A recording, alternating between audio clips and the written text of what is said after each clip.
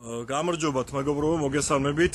მე გახლავართ ბესო ჩუბინიძე, ჟურნალისტი და ამ წუთში ვიმყოფები ზესტაფონში, ჩამოვედი სპეციალურად, როგორც გითხარით და დაგპირდით სოციალურ ქსელში, ჩემთვის ძალიან საინტერესო ადამიანის მოსაძებნად და სანახავად და მოდი პირდაპირ გეტყვით მე რასაც ვფიქრობ, აი ესეთი ახალგაზრდა კაცები მე დეფიციტურება მე კაცები, რომელსაც შეუძლიათ რაღაც მომენტში აგრესიის სწორად მიმართვა იმისკენ, რისკენაც საჭიროა. მოკლედ გეტყვით რა.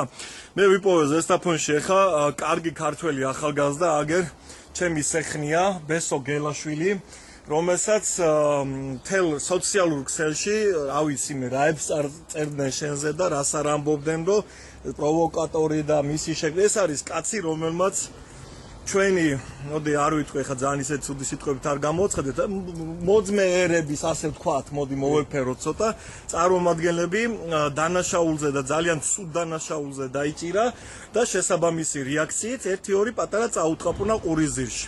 მე ვთვლი რომ დამსახურებულად ეს კაცი ჩემს თვალში არის სარწმუნოების დამცველი კაცი და გავრცელებული ჭორი იმის შესახებ რომ რაღაცა ის არის, რა ქვია, აგერ ხეცია და შვიდფეხა და აგერ ჩვეულებრივი ქართველი ზესტაფონელი ახალგაზრდა ბიჭია, რომელსაც თავის გასაკეთებელი საქმე გააკეთა. ეს ერთი. და მეორე, მე მინდა განახოთ ის ადგილი, სადაც მოხდა ის ყველაფერი, რაზეც ბესო ყვებოდა სოციალურ ქსელში და საინფორმაციო სააგენტოებმაც გაავრცელეს ინფორმაცია ტელევიზიების ჩათვლით. აი ეს ჯვარი, ძვირფასო მეგობრებო და მამა გაბრიელის აი ეს ხატი, სადაც მოხდა ის ფაქტი, რასაც აღწერს სოციალური ქსელი და საინფორმაციო სააგენტოები. დიახ, ზუსტად აი ამ ადგილზე დაიჭირა ამ კაცმა ის ჩვენი ბრჭყალებში მოძმე ერის წარმომადგენლები და პასუხი აგებინა ისე როგორც საჭირო იყო. ეხლა მეორე, ბესო, სანამ ჩვენ ჩაუყვებით იმ გზას და სადაც ვართ, მოდი შენ მომიყევი დაახლოებით მაინც როგორ მოხდა მოკლედ ეს ყველაფერი. როდის და რატო დაინახე საერთოდ აი ხალხი გასაკეთებდა როგორ მოხდა? მოვდიოდით აქ ძმაკასთან დინამიკების სამოსაღებად, მანქანით ავტობუსი იდგა ჩიხთან, გზა იყო გადაკეტილი. ტურისტული ავტობუსი, გზა იყო გადაკეტილი. როდესაც მოვედით და მძღოლს ვუთხარით, რომ ავტობუსი გადაეკენებინა, რომ ამოსულიყავით ზემოთ. ამოსულიყავით აი ამ ჩიხში. ნახეთ, აი მაყურებელს მიმართა ეს ჩიხი სად ჩავა, ეხლა თქვენ დაინახავთ.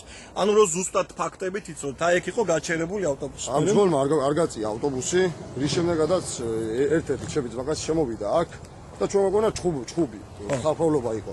მოგო ამოუყევით ფეხით, ერთ-ერთი მათგანი იდგა ჯვართან და ფსავდა. ეს უცხოური ტურისტი ვინც იყო, ხო? დანარჩენები აქეთ იდნენ, როდესაც უთხრით, რომ რას აკეთებთ თქო. ანუ პირდაპირ ჩხუბზე არ გადასულ. ჩხუბი არა. უთხრით, რომ რას აკეთებთ თქო და შელაპარაკებთ, რომ თურქულად ესაუბრებოდ. იცი თურქული. კი, მივანიშე დავანახე ჯვარი, რო აქ ჯვარია, ოჯახი არის, არ შეიძლებოდა. ამ ბიჭმა არ უთხრა იმას, რომ ან რას აკეთებთ, რეაგირება არაფერი არ გააკეთა. რის შემდეგაც მოვატრიალა ეს ბიჭი მე და გავლახე. ხო. თვითონ რა რეაქცია ქონათ ამ? თვითონაც წამოვიდნენ აგრესიაზე ჩვენს მიმართ. ხო. რომ მოხდა ჩხუბი და ადგენ და გაიქცნენ. მილიციონერები მივიდნენ მილიციაში და თქვენს რო 4 ქართველი დაგვესხა თავს და გაგულახეს. აი ის 5 ლარის ამბავის გემახსოვრება, რომ აი ამ კაცმა 5 ლარით გაძარცვა უცხოელი ტურისტები. ეს 5 ლარის ამბავი მითხარი რა იყო? 5 ლარი რო ჩამოვედით ერთ-ერთი მარგანი და უთხრით, რომ თვითონ იზახოდნენ, რომ პივას არ ვიყიდო. ეგ ლუდის ამბავი მანამცემდი იმას მანამ. არა, რო გავაჩერე ერთ-ერთი რო განმოვედი ტაქსიდან მძღოლს რო ველაპარაკებოდი, თუ პივა რო ვიყიდო და მე მეთქი არ არის მე მომეთქი და გახსნა კაშილო და 5 ლარი მომაზდა თუ შეგიძლიათ ამ დროს ჩემი ძმაკაც რო ამოვიდა ხმაურზე მეგონა ჩხუბი და შემოყევი მეც ეს 5 ლარი ხელში მეჭირა ჩხუბი რო დავინახე და რაღაცა ამ მოხდა ჩხუბი დავიწყე ჩხუბი ამის გამო ჯვარზე რომ მოფსავდნენ და გაიქცნენ შემდეგ ისინი ეს 5 ლარი არც გახსენებია. 5 ლარი არც გახსენებია, გაიქცნენ და იქ იზახოდნენ რომ წამართვეს 5 ლარი წამართვა. პოლიციაში დაკითხვის დროს ამ ბიჭმა თქვა რომ არანაირი 5 ლარი არ ძალადობა წაუწევია კი კაშილოგი და ჩემი მია მოვიგეთ თქო კაშილოგი. დააფიქსირა თარჯიმანიც იყო იქ გოგო. შენ გამაინტერესებდი მიუთითე ამ ტურისტებს თავიდანვე ჩხუბზე თუ არ გადაგაგრესე რომ ჯვარი ამ ბიჭს ხარი რომ რასაკეთებ ჯვარი არის მოხდა და ამ თვითონ თავის მაგასმა შინაურმა არც უთხრა ის რომ ჯვარია და ან გამოდი არამე პირიქით აგრესიაზე გამოვიდნენ რომ ჩვენ გავლა გვინდოდა და 5 წუთი შემოვედით და მივდივართ. არაფრად არ მიიჩნეს ჯვარი. აუხსენ რომ ჩვენ ვართ ქრისტიანები, არ შეიძლება ეგეთი რაღაცა თურქული ვიცი, ჩოლერად ლაპარაკობ და ირონიული სახით შემოხვედი რომ ისე რაღაცა მოხდა აგრესია დავარქვა. ისი რა მაინტერესებს თვალები იყვნენ თვითონ? აუ ზოგი მე მგონი არ ვერ შევა. ყოველ შემთხვევაში საღგონებაზე იყვნენ კი.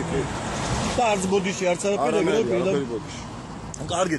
მოკლედ ძვირფასი მოკვლევა, აი მე განახებთ ამ ადგილს სად ჩამოვედით, აი ეს არის ეს ზესტაფონის ცნობილი ის ქუჩა, სადაც სტრაფიკების ობიექტებია და ესეც აი ის ადგილი, რაც შეხზეთ საუბრობს ეხა ბესო რო არ გეგონოთ რომ ეს რაღაც შორს, ეს ყველაფერი ქალაქში ხდება, აი ჩვენს უკან მდებარე ჭიჭში.